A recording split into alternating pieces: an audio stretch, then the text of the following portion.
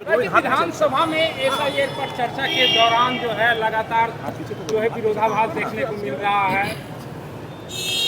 देखिए, विरोधाभास किस बात का है मेरी समझ के परे है। ये एक ऐसी प्रक्रिया है जिसका आरंभ विपक्ष के कहने पर ही किया गया है।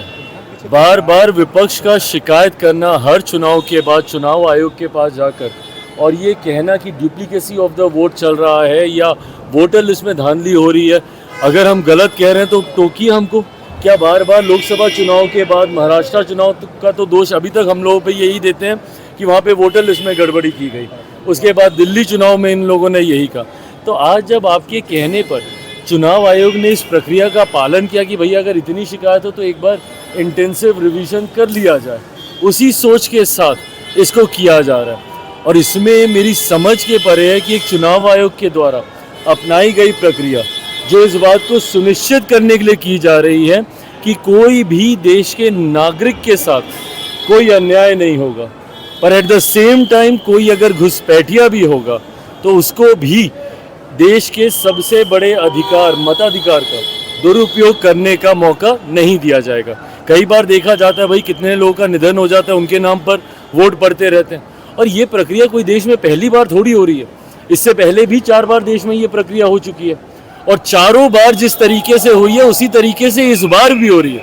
उसमें कोई रत्ती भर का बदलाव उस प्रक्रिया में नहीं किया गया, बस टेक्नोलॉजी जोड़ दी गई है। पहले फिजिकली जाके डॉक्यूमेंटेशन देने की जरूरत पड़ती थी, अब आप ऑनलाइन कर सकते हैं। अब हर चीज़ का राजनीतिकीकरण कर देना ये विपक्ष की आदत बन गई है। भाई चुनाव आयोग एक संवैधानिक संस्था है, उनके द्वारा लिया गया फैसला है। इसमें सरकार ना 3 में ना 13 में, और वो भी फैसला उन लोगों ने इसलिए लिया है क्योंकि आप बार बार उनका दरवाजा जाके खटखटाते थे कि भैया इसमें गड़बड़ी हो रही है वोटर लिस्ट में। ऐसे में जब चुनाव आयोग ने फैसला लिया, अब हर चीज़ का ठीकरा सरकार पे ही फोड़ दीजिएगा कि हर चीज़ सरकार कर रही है। अगर आपको किसी संवैधानिक संस्था पे विश्वास ही नहीं रखना तो आप देश को अराजकता की ओर लेके जाइएगा, ये सोच गलत है। सड़क पर आंदोलन करेंगे आप विधानसभा? भाई कीजिए, सड़क पर आंदोलन कीजिए। आप तो बहिष्कार की बात कर रहे हैं ना, हम तो देते हैं चुनौती कि करके दिखाइए भैया बहिष्कार, हिम्मत है तो। सत्ता का लालच इन लोगों में इतना ज्यादा है कि कतई ये लोग चुनाव का बहिष्कार करने की सोच नहीं रख सकते।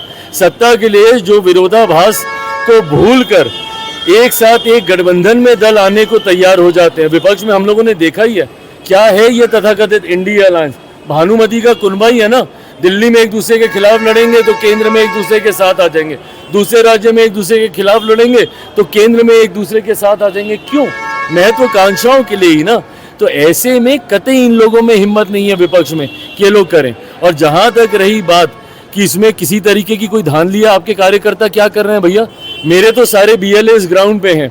नहीं अगर आपको विश्वास है, जो BLO अपॉइंट किए गए हैं, बूथ लेवल ऑफिसर्स अपॉइंट किए गए हैं चुनाव आयोग के द्वारा, अगर आपको उन पे विश्वास नहीं है तो आपकी पार्टी के तो BLAs हैं ना, बूथ लेवल एजेंट्स, उनके माध्यम से सुनिश्चित करवा दीजिए कि किसी के साथ कोई अन्याय ना हो। हम लोग तो कर रहे हैं, पर आपकी पार्टी को अगर जमीन पे उतरना ही नहीं है, कार्यकर्ताओं को गांव में जाना ही नहीं है, तो ये आपके लिए चिंता का विषय हो सकता है। करोड़ों रुपए सरकार ने आरोप लगा रहे हैं सर, करोड़ों रुपया का घोटाला किया गया। देखिए, मैंने इस रिपोर्ट को अभी पढ़ा नहीं है, पर हाँ जो जानकारी मीडिया के माध्यम से ही सामने आई है जिसमें लगभग 70,000 करोड़ के आसपास का जिक्र किया गया है जो कि अनअकाउंटेड है। ये ऐसा है तो ज़रूर ये चिंता का विषय है। कतई जनता के पैसे का दुरुपयोग, इसकी इजाज़त किसी भी व्यवस्था में नहीं दी जा सकती है। कहीं पर अगर इस पे धांधली हुई है तो इसकी भी जांच होगी और जो भी दोषी होंगे कार्रवाई होगी। Thank you. फोटो खिंचा लो, छोड़ो सर, वो फोटो इसको खिंचवा लीजिए सर। जाओ, चलो हटाओ, चलो।